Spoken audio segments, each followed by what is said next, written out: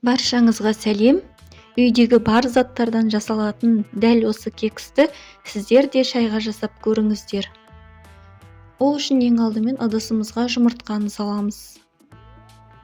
Үстінен қант саламыз. Жақсылап араластырамыз.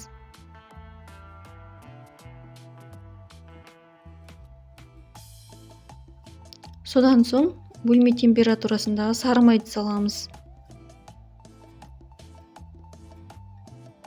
Осы сұйықтықтың үстіне ұн салмас бұрын, ұнның үстіне жүгері крахмалын, содан соң қопсытқышты салып араластырып, осы сұйықтығымыздың ішіне саламыз ұнды.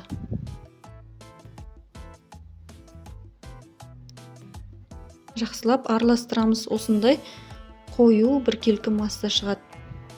Қалаған формамызды алып, ішін майлап, жаңағы массамызды біркелкі етіп орналастырамыз.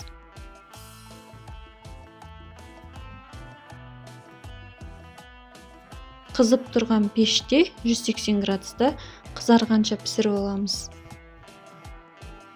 Кекс өте жұмсақ, ерекше дәмді шығады.